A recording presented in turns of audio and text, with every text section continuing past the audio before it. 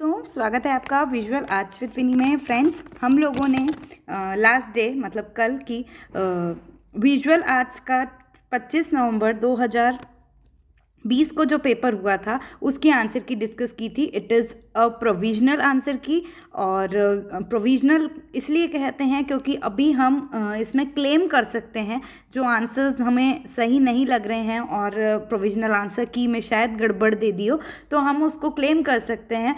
ये मैं बता रही हूँ, इसलिए आज ये वीडियो जो पेपर 1 का भी मैं चाहती तो कल वल दे सकते थे, अपन डिस्कस कर सकते थे, बट कल आखिरी दिन है आपको क्लेम करने का। 21 से आंसर की रिलीज़ हुई है और कल 24 है। तो आपको अगर लग रहा है डाउट, क्योंकि जैसे कि मैंने कल विजुअल आर्ट्स के भी एक क्वेश्चन बताया था जो डेफिनेटली गलत दे रखा है उन्हें आंसर, तो आप उस पर भी क्लेम कर सकते हो। और इसमें भी एक आध क्वेश्चन ऐसा है जिसको हम डिस्कस कर लेते हैं। अगर आपको लगता है तो आप उसको क्लेम कीजिए।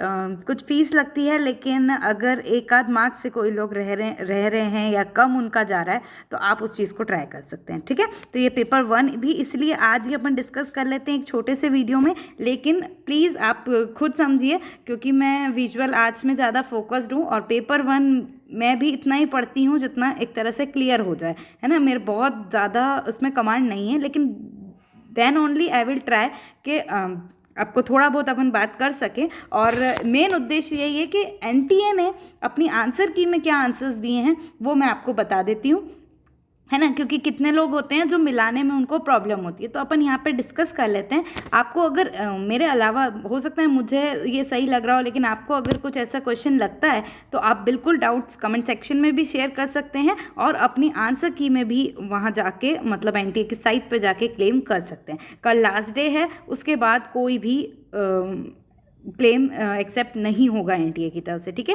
तो कल लास्ट डे है, कल तक आप लोग सोच लें और निकाल लें जिससे कि आप लोगों के जो मार्क्स हैं वो बैलेंस्ड हो सकें। ठीक है, तो हम शुरू करते हैं। मैं राइट आंसर्स बताऊंगी, थोड़ा बहुत अगर कैलकुलेशन हो पाएगा बीच में इन बिटवीन तो हम कर लेंगे। ठीक है, तो सबसे पहला क्वेश्चन क्या है, ये डेटा वाला होता है। ये एक पेपर 1 का बहुत स्कोरिंग क्वेश्चन होते हैं इस तरह के, ये और पैसेज, है ना, इससे हम स्कोर कर सकते हैं।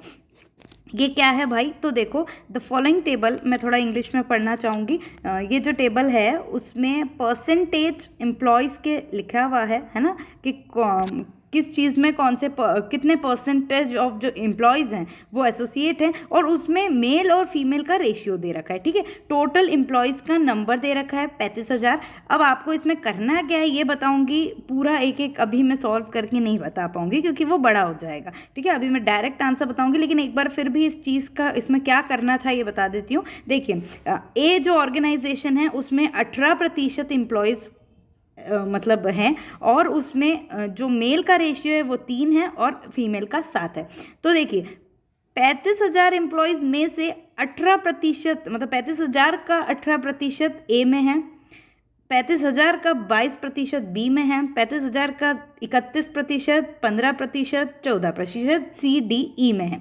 ठीक है, तो ऐसे करके आप पहले नंबर्स निकाल लें एम्प्लॉयज़ के, A B C D E में कितने हैं, फिर उनको रेशियो मतलब ये परसेंटेज और रेशियो को कंबाइन कर रखी चीज़ों को। ठीक है, फिर उनको हम रेशियो मानेंगे, जैसे कि 3x + 7x equal to number of employees. तो जैसे 10x इक्वल टू जो भी 18% होगा 35,000 का वो नंबर आ जाएगा, उसमें आप x निकाल लोगे, और फिर ऐसे एक एक करके अगर आप टेबलिंग में सबके नंबर्स दे लेंगे तो फिर आपको ये क्वेश्चंस में आसानी होगी। कैसे, देखो सबसे पहला क्वेश्चन ये हो सकता है मैं ढंग से समझा नहीं पाई हूँ क्योंकि ये मेरा अपना डिपार्टमेंट नहीं है, लेकिन फिर भी कोशिश करें कि इस तरह की, इसलिए ये सॉल्व हो जाएगा। ठीक है, अब इसमें हमको क्या करना है कि ए ऑर्गेनाइजेशन के मेल मतलब जो आपका ये ए ऑर्गेनाइजेशन था 35,000 का 18% था, उसका जो 7x था वो आपको नंबर निकलेगा, वो से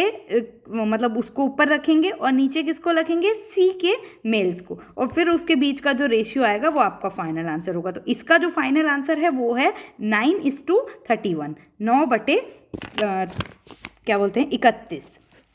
फिर आते हैं दूसरे पे, इसका भी सेम क्या लिखा है भाई, थोड़ा सा इंग्लिश में क्या हो रहा है ये रहा, चलिए हाँ, संगठन डी की महिलाएं यही है ना, नेक्स्ट कुछ छूट ना गया हो। ओके, वो बार बार रिपीट हो गया है ऊपर वाला, ठीक है। संगठन डी की महिलाएं और संगठन ई की के पुरुष, इनका हमको टोटल सम करना है। इसमें अब रेशियो नहीं करना, दोनों को जो नंबर्स हैं उनको प्लस कर देने का है। तो इसका जो आंसर होगा वो टोटल आ जाएगा आपका 4375, ठीक है। फिर आते हैं हम नेक्स्ट थर्ड वाले पे। इसका क्या दे रखा है देखें, हाँ, टोटल नंबर ऑफ एम्प्लॉयज, सी में कितने एम्प्लॉयज़ हैं, मतलब जो 35,000 का 31%, ठीक है। और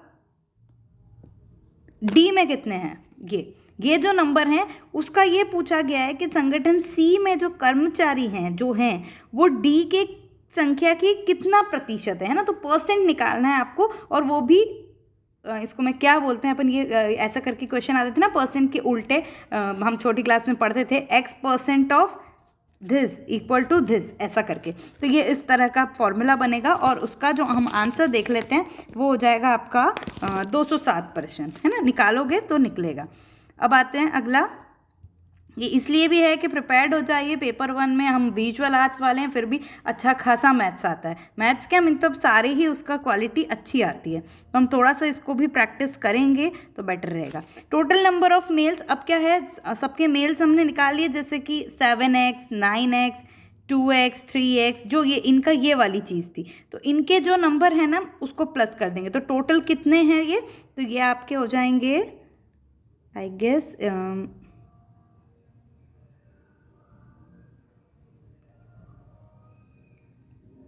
15 नहीं, ये शायद सेकंड आएगा, 15960, ठीक है।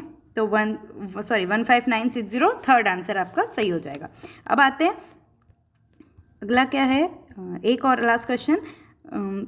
संगठन ई में जो महिलाएं हैं और संगठन बी में जो महिलाएं हैं उनका डिफरेंस निकालना है। तो उनका डिफरेंस कितना हो जाएगा, तो उनका डिफरेंस हो जाएगा 210, ठीक है। सॉल्व करना पड़ेगा, मैं ऐसा नहीं कहती कि हम मतलब मुझे आ रहा है कि क्या हम टाइम लेगा ये चीज़, लेकिन एक बार अगर हम इस चीज़ को सॉल्व कर लेते हैं तो अपना टाइमिंग और हमारे का स्कोर बहुत अच्छा हो जाता है, हम श्योर रहते हैं इन आंसर्स में। अब आते हैं, ये प्रिंसिपल सिंपल इंटरेस्ट का क्वेश्चन है जैसे अपन पहले करते थे। तो देखिए इसमें क्या पूछा गया है, थोड़ा सा समझने की कोशिश करें हम। ये 3 स्टेटमेंट्स हैं, ये 3 स्टेटमेंट्स हैं, इसमें कौन सा सही बैठ रहा है वो वाला नीचे पूछ रहा है ना, और कुछ नहीं है, क्वेश्चन नहीं दिया है। तो देखो 5% रेट ऑफ सिंपल इंटरेस्ट है, 5% मतलब आपका रेट है, टाइम आपका दे रखा है 15 साल। ऐसा पूछ रहे हैं सम मतलब प्रिंसिपल जो होता है, तो प्रिंसिपल अगर हम ये मैथ्स के टर्म्स हैं पढ़ा होगा तो समझ आएगा कि प्रिंसिपल अगर x है 5% रेट के साथ 15 साल मतलब टाइम को लेके जब हम उसका सिंपल इंटरेस्ट निकालेंगे तो क्या प्रिंसिपल डबल हो जाएगा, ऐसा बोला गया है। तो अगर हम जब इसको सॉल्व करते हैं, फॉर एग्जांपल x आपका प्रिंसिपल है और फिर हम जब उसका सिंपल इंटरेस्ट निकालते हैं, प्रिंसिपल मतलब x इंटू 15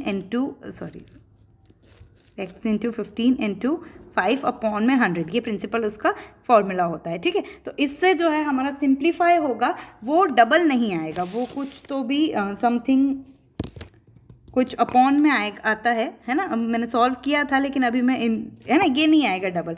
वैसे ही इसमें ये पूछा गया है कि अ सम doubles in 10 years enrolled in simple interest, जब 12% करेंगे, टाइम को 10 साल लोगे तो सम जो है डबल हो जाएगा, तो भी डबल नहीं होगा। फिर आते हैं हम कंपाउंड इंटरेस्ट, मैंने फॉर्मूला बता दिया, फॉर्मूला रख के देखना, principal into rate into time upon 100, ये सिंपल इंटरेस्ट का होता है। अब ये वाला है कंपाउंड इंटरेस्ट। कंपाउंड इंटरेस्ट क्या देता है भाई, तो सिंपल सा फॉर्मूला है कंपाउंड इंटरेस्ट का, P into 1 plus R upon 100 power में n बोले तो नंबर ऑफ ईयर्स, है ना। ये वाला जब हम करते हैं तो हम 1000 मतलब प्रिंसिपल है आपका, टाइम 3 ईयर्स है, 10% आपका रेट है, तो जब हम इसको निकालते हैं तो हमारा आंसर 11 का क्यूब आता है जो होता है 1331, ठीक है। तो 1331 मतलब सी सही है, बाकी दोनों गड़बड़ है। तो जो आपका फोर्थ वाला ऑप्शन है ना, सी ओनली, ये सही हो जाता है।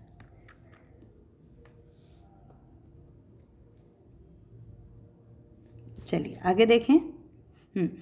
अब इसमें हमको निम्नलिखित ऑप्टिकल भंडारण एकत्रीकरण उपकरण को उनकी भंडारण क्षमता के बढ़ते क्रम में व्यवस्थित कीजिए। मीन्स स्टोरेज डिवाइसेस हैं, किसका स्टोरेज ज़्यादा है किसका कम है, उसके बढ़ते कम से ज़्यादा की ओर हमको अरेंज करना है। ठीक है, तो इसका जो ऑप्शन है ये थर्ड वाला सही हो जाता है, मतलब बी। सबसे पहले CD रोम का सबसे कम होता है, फिर आपका DVD का होता है और फिर ब्लू रे का होता है। ये स्टोरेज फंक्शंस होते हैं। ठीक है, अब आते हैं भारत में प्रयोग की जाने वाली कुल प्राथमिक ऊर्जा का कौन सा हिस्सा % बायोमास से उत्पन्न होता है। ठीक है, कौन सा हिस्सा, तो देखते हैं आंसर जो है आपका वो हो जाता है 32%। 32% जो है वो इंडिया का उसमें लगता है, मतलब 8237 ID, ऑप्शन ID, हाँ यही है।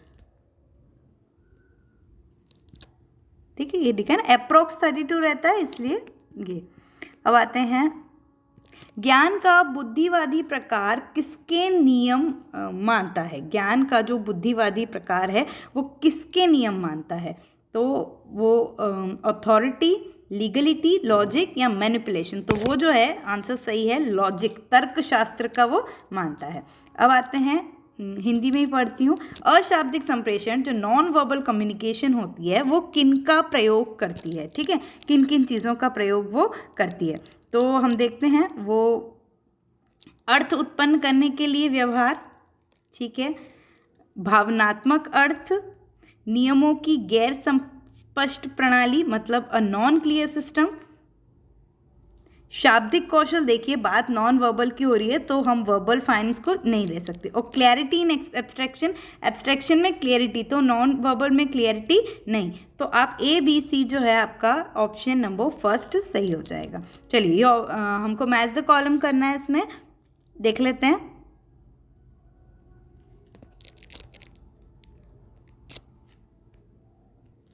Match the column operating system, application software, processor, network device. ठीक है, तो ऑपरेटिंग सिस्टम जो है लाइनक्स, इंग्लिश में देख लेते हैं लाइनक्स। A का 2 ये 2 में है। ठीक है, इसका आंसर जो है 2 में है। फिर आते हैं एप्लीकेशन सॉफ्टवेयर,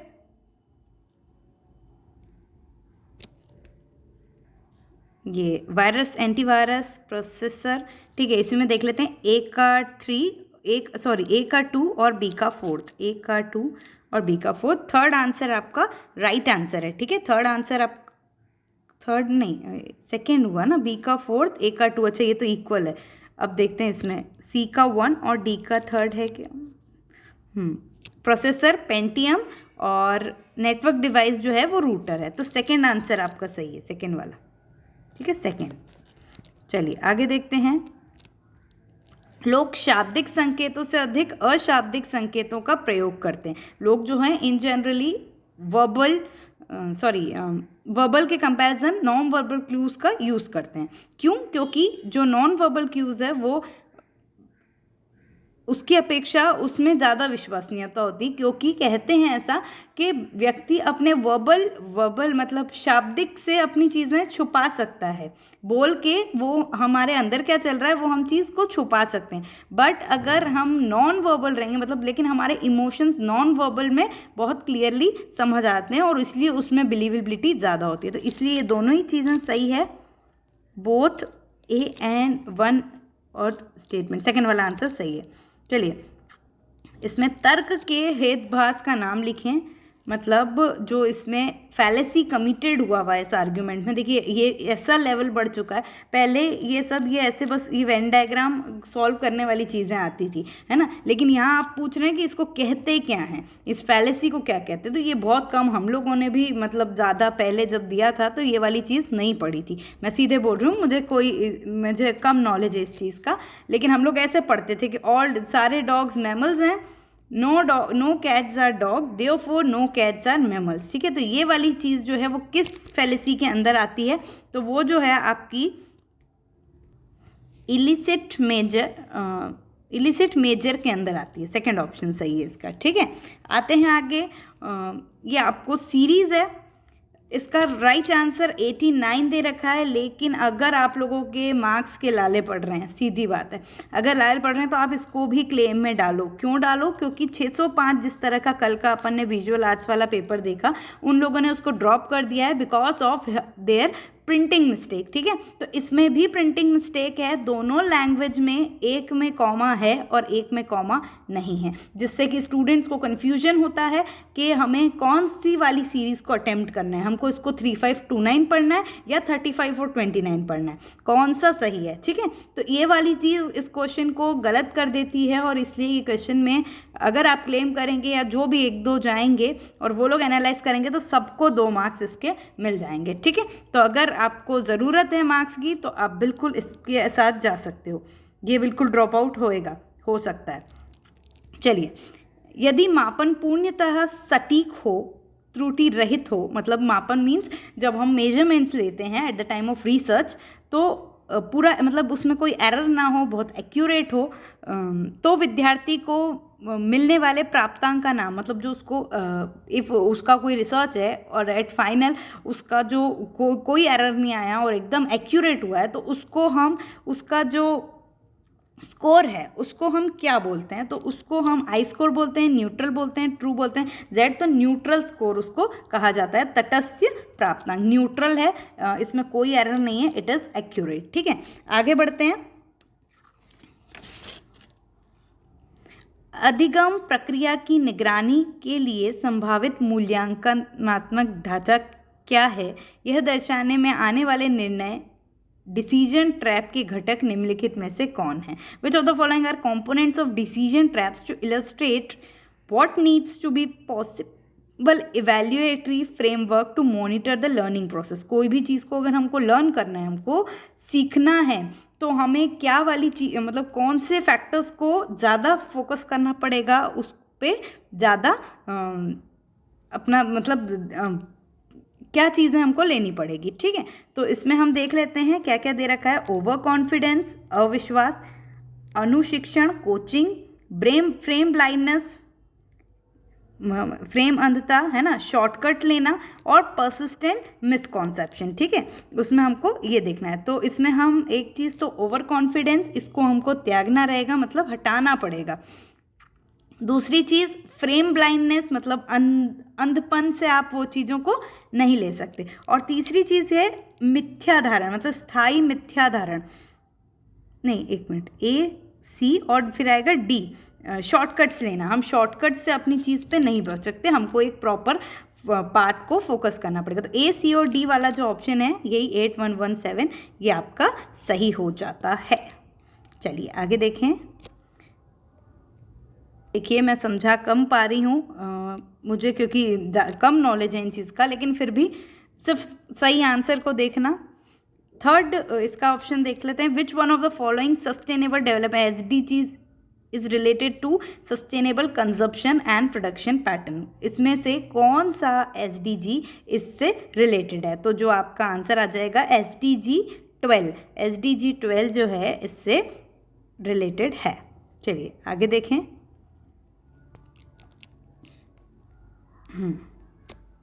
ये डेस्कटॉप, ये बहुत जनरल सा है। डेस्कटॉप और लैपटॉप कंप्यूटर के बारे में निम्नलिखित कथनों में से कौन सा सत्य है? एक डेस्कटॉप कंप्यूटर जो सिंपल कंप्यूटर होता है और दूसरा जो लैपटॉप होता है।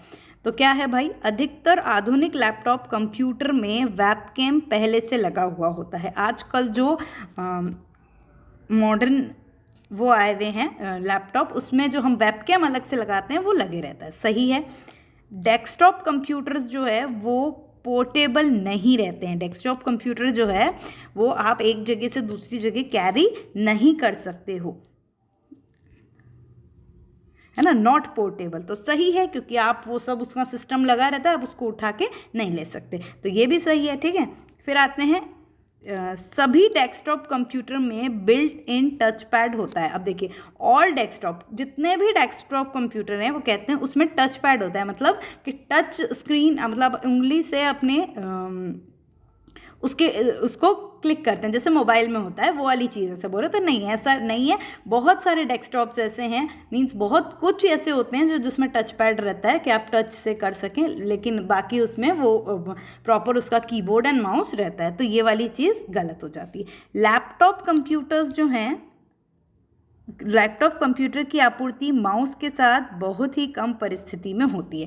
लैपटॉप कंप्यूटर्स जो रहते हैं, लैपटॉप मीन्स उसमें माउस बहुत कम में माउस आते हैं। सही बात है, उसमें माउस की ज़रूरत ही नहीं होती क्योंकि माउस पैनल उसके साथ होता है, तो ये भी सही है। तो A B D जो ऑप्शन है वो सही है। तो उसको हम समझेंगे ना तो हम ये प्रैक्टिकल में समझ पाएंगे थोड़ा सा। अब आते हैं आगे। अब कॉम्पिटेंट कम्युनिकेटर, एक जो कम्युनिकेटर मतलब एक जो सक्षम संप्रेषक होता है वो क्या, उसमें मतलब क्या क्या क्वालिटीज़ होती हैं। कल्चरली न्यूट्रल मतलब वो बहुत तटस्थ होता है, कल्चर सांस्कृतिक रूप से एक सामान्य भाव का रहता है। कल्चरली सेंसिटिव संवेदनशील। टोटली एथिकल मतलब बिल्कुल नैतिक रहता है। सिचुएशनली एथिकल और एक इफेक्टिव लिसनर। ठीक है, तो इसका हम आंसर देख लेते हैं। मैं नीचे से जाती हूँ क्योंकि ऐसा बोलते हैं, ये बहुत कॉमन चीज़ है कि कोई एक परफेक्ट कम्युनिकेटर आप तब बन पाओगे जब आप एक गुड लिसनर होगे। ठीक है, तो ये क्वेश्चन जो है एक सीधे ये फ्रेम करता है कि ई तो होना ही होना है।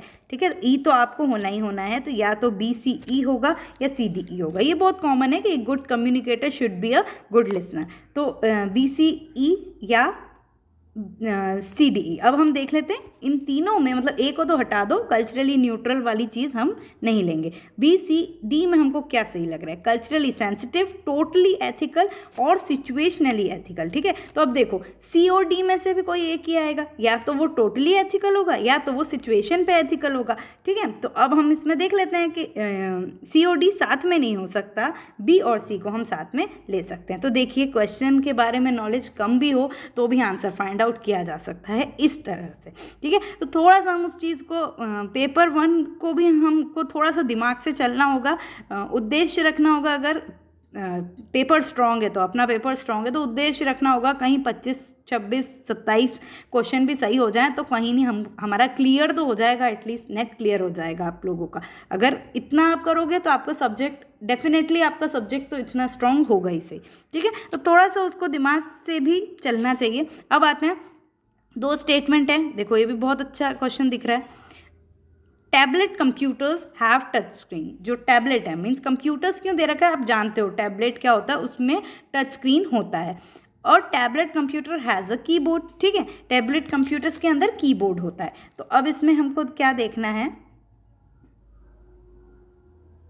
या तो टैबलेट कंप्यूटर्स में टच पैड होगा या तो उसमें कीबोर्ड होगा। तो हमको पता है टैब क्या होता है हमारा, उसमें टच पैड होता है। तो फर्स्ट तो सही है और ये गलत है। तो देख लेते हैं, हाँ ये वाला स्टेटमेंट 1 ट्रू और सेकंड जो है वो फॉल्स है। अब देखिए कॉन्टेजियस मतलब जो हम बोलते हैं ना सांसर्गिक, जो चीज़ फैलती है एक से दूसरे तक, कॉन्टेजियस, और नॉन कॉन्टेजियस जो नहीं फैलती। Spreading of behaviours through imitation is known as. अनुकरण के माध्यम से, इमिटेशन के माध्यम से जो सासंग्रित प्रसार होता है उसको क्या बोलते हैं, उस इफेक्ट को? Norm effect, random effect, ripple effect या स्क्रिप्टेड इफेक्ट। तो उसको बोलते हैं रिपल इफेक्ट। ठीक है, अब आते हैं इनमें से कौन सी प्राइवेट यूनिवर्सिटी है। अन्ना यूनिवर्सिटी, बिट्स पिलानी, बुरवान यूनिवर्सिटी और IIIT। ठीक है, तो कौन सी है जो आपकी प्राइवेट यूनिवर्सिटी है? तो बिट्स पिलानी जो है वो हमारी प्राइवेट यूनिवर्सिटी, बाकी जो है गवर्नमेंट से या डीम्ड यूनिवर्सिटी हैं। चलिए आगे देखें। एग्जाम्पल, शब्द ध्वनि नित्य है क्योंकि ये उत्पन्न किए जाते हैं। यह उदाहरण निम्नलिखित में से किस हेत्वाभास से संबंध है? देखिए मैंने ना पुराना एग्जाम दिया हुआ है, आपको पता है, और अभी प्रिपरेशन नहीं किया है पेपर 1 का आज तक, अब पढ़ते नहीं हैं उसको। तो ये वाला जो टॉपिक है वो अभी अभी जुड़ा है, तो ये इसके बारे में मैं नॉलेज नहीं लगती हूँ ये हेत्वाभास क्या है, लेकिन फिर भी इसका सही आंसर बताएंगे ही सही। तो इसका जो सही आंसर है वो आपका हो जाएगा विरुद्ध। विरुद्ध जो है ना, ये 8199, ये आपका जो है सही आंसर हो जाएगा। शब्द ध्वनि नित्य है क्योंकि ये उत्पन्न किए जाते हैं। जो वर्ड्स हैं, sound is eternal because it is caused. यह उदाहरण निम्नलिखित में से किस हेत्वाभास से संबंध है। ठीक है, तो हेत्वाभास थोड़ा सा इसके स्टडी नहीं है तो मैं आपको नहीं बता सकती हूँ। चलो आगे देखते हैं। ये डिजीज़ हैं, ये बहुत कॉमन क्वेश्चन है, इतना तो हम लोग सब जानते हैं। कॉलेरा, ट्रैकोमा, स्किस्टोसोमियासिस और डेंगू। ठीक है, तो डेंगू तो अभी बहुत चल रहा था, है ना, और हमको कुछ कुछ पता भी है उस चीज़ का, हम ये छोटी क्लास में पढ़ते थे। कॉलेरा और डेंगू के बारे में हमको नॉलेज होना चाहिए, मतलब पढ़ते ही थे ये चीज़। चलो बीच की चीज़ जो है ट्रैकोमा और स्किस्टोमाइसिस, उसमें का नॉलेज कम होगा, लेकिन कॉलेरा जिसको हैजा बोलते हैं, आपको पता है कि वो कैसे प्रसार उसका होता है। तो देख लेते हैं। कॉलेरा, जिसको हम बोलते हैं हेजा, जो कि प्रदूषित जल से, बोलते हैं ना, पल्यूटेड वाटर से होता है। तो ए का तो है थर्ड। फिर आप आ जाओ डेंगू। डेंगू का आपको किस में सही लगेगा? Lack of water to maintain cleanliness, involves water contact but not injection और रिक्वायर्स होस्ट। तो डेंगू का जो है यही है कि होस्ट की ज़रूरत होती है। और होस्ट क्या है डेंगू का? डेंगू का होस्ट आपका वो होता है मच्छर, है ना, मस्कीटो। उस होस्ट से हमको वो मिलता है। ऐसा नहीं हमको हवा में हो जाता है, जब तक वो हमको काटेगा नहीं तब तक वो नहीं होता है। तो ये इसी से आप जो है आंसर फाइंड आउट कर सकते हैं। बाकी आप उसका देख लेना रोहा काय के लिए, जस्ट फॉर जनरल नॉलेज, लेकिन जो आंसर है वो आपका थर्ड वाला हो जाएगा। चलिए, एक ट्रेन है, 60 मीटर लॉन्ग ट्रेन चलती है, अ 90 मीटर प्लेटफॉर्म 90 मीटर है, 60 मीटर लॉन्ग ट्रेन है, 10 सेकेंड में वो ट्रैवल पास करती है। स्पीड उसकी 45 किलोमीटर पर आवर है। ठीक है, अब देखो इसमें कुछ नहीं करने का है। Speed is equal to distance upon time, ये एक फॉर्मूला होता है, इसमें लगा लेने का है। सेम इसमें भी है ना, इसमें लगा लेने का है। अगर आंसर 45 किलोमीटर पर आ रहा है, दैट मीन्स ये आपका सही है, और नहीं आ रहा तो सही नहीं है। 60 मीटर लॉन्ग ट्रेन सिर्फ कंफ्यूजन के लिए दिया रहता है। डिस्टेंस आपका 90 मीटर है और सेकंड टाइम आपका 10 सेकंड है। कुछ नहीं करना, मीटर पर सेकंड में आपकी स्पीड निकलेगी, उसको किलोमीटर पर आवर में करके देख लेना। अगर 45 होता है तो वो सही होता है। ठीक है, अब आगे बढ़ते हैं।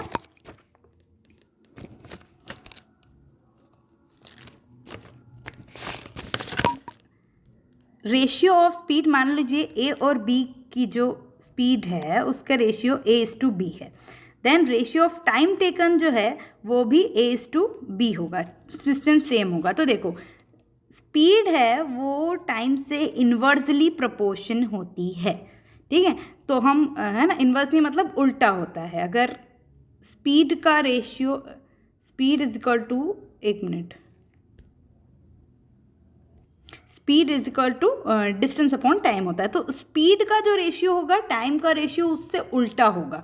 ठीक है, जबकि डिस्टेंस का रेशियो एक जैसा होगा। तो अगर इधर टाइम की जगह डिस्टेंस होता है ना, तो ये वाली चीज़ सही होती है। तो अगर हम सॉल्व करेंगे तो ये भी 45 किलोमीटर पर नहीं आएगा और ये भी गलत हो जाएगा। तो ये दोनों ही आंसर जो है आपके फॉल्स हो जाते हैं।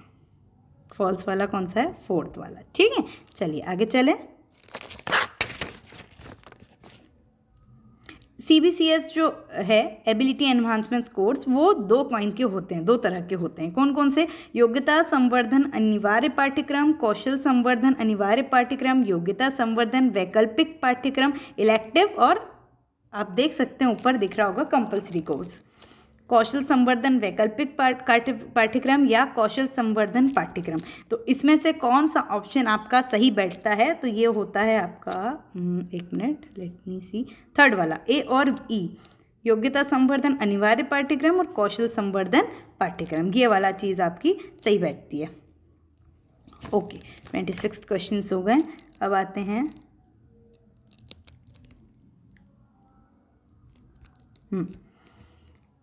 निम्नलिखित में से कौन सी विश्वसनीयता तकनीकों का प्रयोग गुणात्मक शोध के लिए किया जाता है? मतलब रिलायबिलिटी, क्वालिटेटिव रिसर्च के लिए क्या क्या होता है? तो डायक्रॉनिक रिलायबिलिटी, हिंदी में पढ़ लेती हूँ, कालक्रमिक विश्वसनीयता, अव्यवहारिक विश्वसनीयता, एककालिक विश्वसनीयता, हॉल्स्टी का अचर मतलब हॉल्स्टीज कांस्टेंट, और क्रॉनबर्ग का अल्फा मींस क्रॉनबर्ग्स अल्फा। ठीक है, तो ये वाली चीज़ें जो है किस क्वालिटेटिव जो रिसर्च होती है उसमें कौन सी चीज़ होती है? तो ये आपका ABC, इन दोनों को हटा दो, जो डायक्रॉनिक रिलायबिलिटी, क्विक्सोटिक और साइंक्रोनिक। चलिए, विंड जो है, इफ़ विंड स्पीड इंक्रीजेस 4 से 5, मतलब मान लीजिए जो आपकी हवा है उसकी स्पीड 4 से 5 होती है, तो पावर आउटपुट जो मिलेगा वो कितना बढ़ेगा, ठीक है। तो कितना बढ़ेगा, तो वो जो है ये 1 मीटर पर सेकंड से हुई, तो वो जो है अप्रोक्स 2 से बढ़ जाएगा, ठीक है। तो ये थर्ड आंसर सही दिया गया। अब देखते हैं, रवि का वेतन 20% बढ़ा दिया गया है। बढ़े हुए वेतन पर की दर जो टैक्स होता है वो 10% ज़्यादा ऊंची है, पर देयता की प्रतिशत वृद्धि, मतलब जो परसेंटेज इंक्रीज है वो आपको उसका निकालना है फॉर्मूला अप्लाई करके। तो इसका जो आंसर है आपका हो जाएगा 22%। उसका जो परसेंटेज इंटरेस्ट है वो 22% हो जाएगा। चलिए, एक क्वेश्चन आते हैं। एक आदमी है, उसका 75%, उसका जो खुद का वेट है उसका अगर 75% निकाल दो और उसमें 39 प्लस कर दो तो ये उसका खुद का वेट आ जाएगा, ठीक है। तो उसका वेट क्या है, तो उसको आप फॉर्मूला में रख के देखिएगा, जैसे कि इसको x मान लो और फिर इसका 75% निकाल लो x का प्लस 39, ऐसे करके अगर आप उसको सॉल्व करेंगे तो उसका आंसर आपका 156 आ जाएगा। चलिए, NIRF का फुल फॉर्म क्या है, तो national institutional ranking federation, third option है इसका।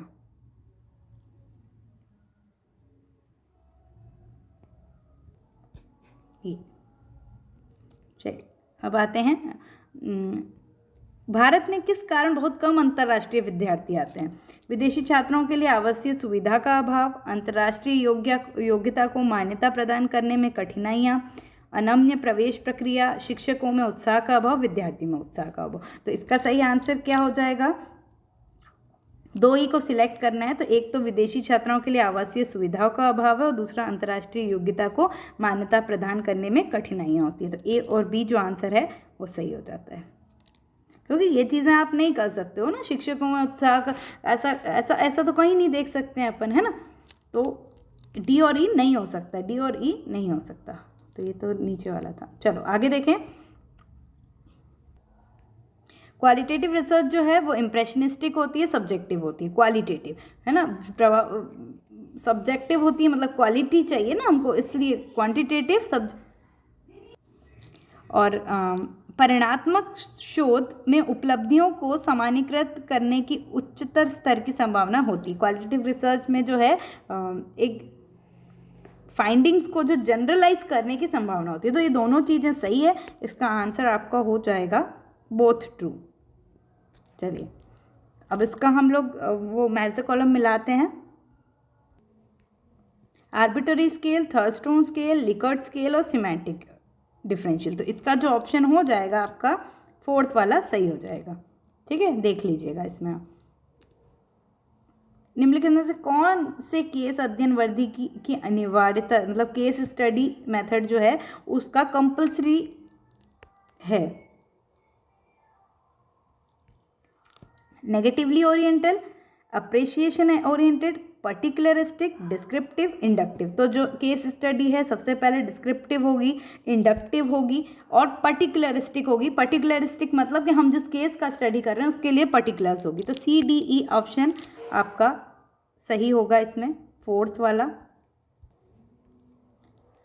द टर्म ओपन लर्निंग जिसको आप समझते हैं ना, ओपन यूनिवर्सिटीज़ भी होती हैं, उसका क्या फोकस होता है। शिक्षा व प्रशिक्षण के प्रावधान को पहुंच में लाना, समय और स्थान की सीमाओं से शिक्षार्थियों को मुक्त करना, किसी विशिष्ट पाठ्य चर्चा के बिना अधिगम और मूल्यांकन, व्यक्तियों और शिक्षार्थियों समूहों को लचीले अधिगम अवसर प्रदान करना, किसी शैक्षिक भार से विद्यार्थियों को मुक्त करना। ओपन यूनिवर्सिटी जिसका हम लोग कहते हैं कि हम लोग ओपन, उसमें ज़्यादा जाना नहीं पड़ता है, ऐसा वाली बात करते हैं, जिसमें शिक्षा व प्रशिक्षण के प्रावधान को पहुंच में लाना, मतलब है ना, उनको ओपन करना।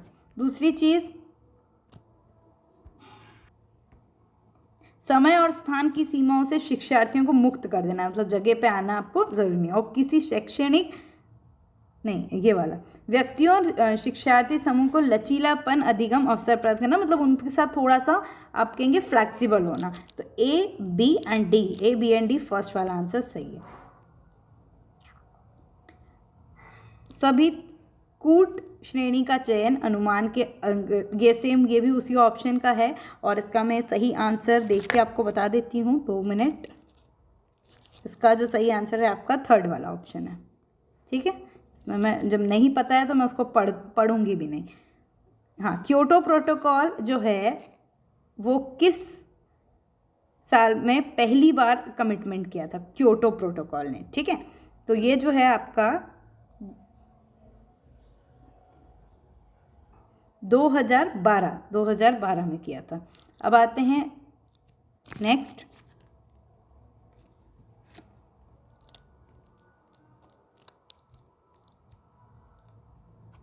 Choose the correct answer. अगर ए सत्य है, अगर ई सत्य है, असत्य है, सॉरी, अगर आई असत्य है, अगर ओ असत्य है, इसको हमको एक तरह से वो थोड़ा सा कॉन्सेप्चुअल है, उसको सिचुएशंस में रख के देखना पड़ता है। तो इसका आंसर मैं आपको बता देती हूँ डायरेक्ट। जो इसका आंसर है सही, आपका 4th ऑप्शन है सही। चलिए आगे देखें।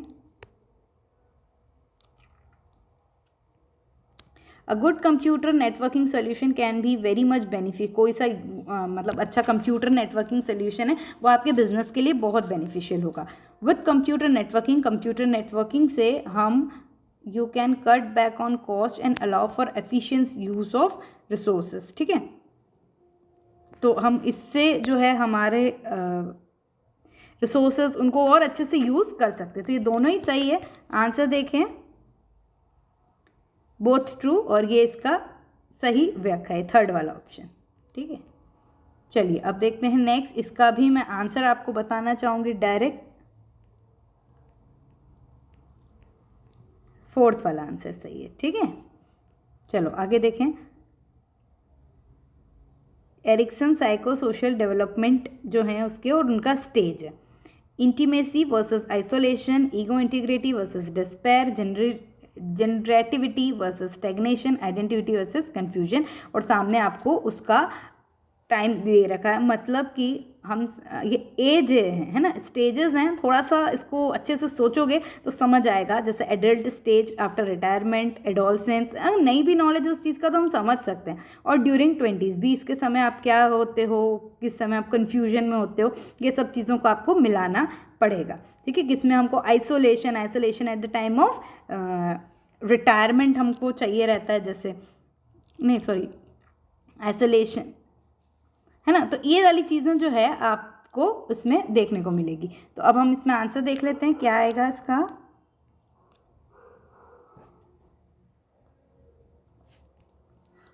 इसका 4th वाला आंसर आपका सही हो जाएगा, फर्स्ट नहीं 4th वाला।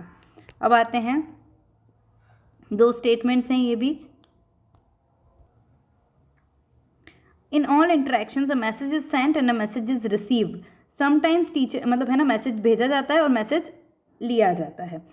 कभी कभी टीचर ऐसा सोचती है कि वो एक मैसेज भेज रही है, बट देयर वॉइस, उनकी बॉडी लैंग्वेज, उनके वर्ड्स, गेस्चर, ये सब डिफरेंट कम्युनिकेट करते हैं, ठीक है। तो ये वाली चीज़ होती है। और टू डील विथ, मतलब साइबर बुलिंग से निपटने के लिए कंप्यूटरों को घर में सार्वजनिक कक्ष में रखने के लिए अभिभावक को प्रोत्साहित कि हाँ, बच्चे जो साइबर बुलिंग करते हैं, मीन्स जो ऑनलाइन क्लासेस के समय भी अभी आजकल बहुत चल रहा है, इसलिए वाला क्वेश्चन आया है कि हमें ऐसा होता है कितनी बार कि कम्युनिकेट वो कुछ और करते हैं लेकिन कुछ और मैसेज पहुंच जाता है, ठीक है, सही है ये। और दूसरी चीज़ ये कि साइबर बुलिंग को रोकने के लिए पेरेंट्स को जो है अपना रूम में ही कंप्यूटर, पब्लिक रूम में कंप्यूटर रखना चाहिए, उनको अलग नहीं छोड़ना चाहिए, ठीक है। तो ये दोनों ही कथन सत्य हैं। तो इसका आंसर आपका फर्स्ट वाला हो जाएगा।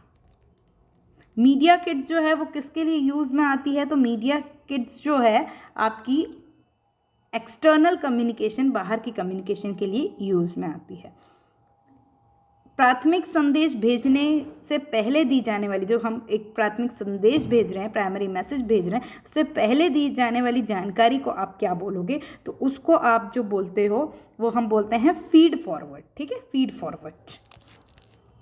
अब ये पैसेज है, बहुत ही इजी पैसेज है, इसको पढ़ लेने का और सिंपली क्वेश्चन उसी के अंदर दिखेंगे आपको, ठीक है। क्या है, जो प्रकाश प्रदूषण मानव चित्र किससे प्रतिकूल प्रभावों से संबंधित है। लाइट पोल्यूशन जो है वो किसके एडवर्स इफेक्ट से है, तो वो आपका आउटडोर जो आर्टिफिशियल लाइटें हैं उससे लाइट पोल्यूशन होता है।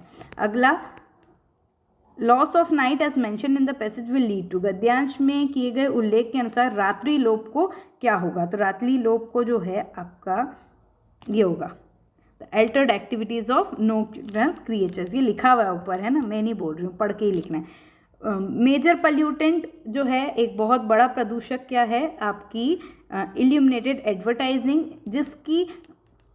जिसके कारण पल्यूशन होता है। प्रकाश प्रदूषण से सार्वजनिक हानि नहीं गिरा, ठीक है ना। कृत्रिम प्रकाश के अत्यधिक समय तक उस पर से रहने से हमारे पर प्रतिकूल प्रभाव, मतलब जो आर्टिफिशियल लाइट है वो ज़्यादा समय तक रहेगी तो हम पे क्या प्रभाव होगा, तो इसका आंसर आपका बी और डी है, हमारे निद्रा चक्र में और मनोदशा और स्वास्थ्य में चेंज होगा।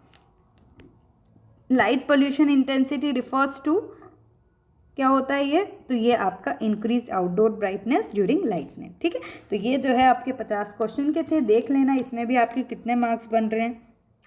कोई क्लेम, अब मैंने तो बहुत बार आंसर की में देखे दिखाए आंसर्स भी बोले हैं, कोई आपको लगता है आपने ज़्यादा स्टडी किया होगा ऑब्वियसली, तो लगता है तो आप उसको क्लेम कर सकते हैं और कमेंट सेक्शन में भी शेयर करो ताकि आपके बाकी फ्रेंड्स भी समझ पाएँ कि अगर उनका भी आंसर सही हो रहा है तो वो वाली चीज़ वो लोग भी मेनटेन कर पाएँ, ठीक है। तो अब जो है आपके मेरी तरफ से हमारी आंसर की फुल कंप्लीट हो गई है। मेरी तरफ से 2021 अपने लिए कंप्लीट हो चुका है। अब दिसंबर 2021 एग्जाम पर फोकस होएगा और नेक्स्ट वीडियो आपकी वैसी ही आएंगी जो हम अपने टॉपिक्स को रिज्यूम करेंगे जो रह गया था, ठीक है, और आगे का काम करेंगे। अब ये पुरानी चीज़ों को छोड़ देंगे, ठीक है। बाकी और अगर फाइनल आंसर की में चेंजेस आएंगे तो वो क्वेश्चन हम लोग ऐसे ही बीच में डिस्कस कर लेंगे। बाकी अब आप लोग आगे का पढ़ना स्टार्ट कीजिए और मैं भी आगे का ही पढ़ना स्टार्ट करूँगी, ठीक है। Thank you so much, wish you very all the best. जिसको भी क्लेम करना है वो कल तक आप अपना आंसर की में क्लेम्स डाल सकते हैं, ठीक है। Thank you so much, bye bye.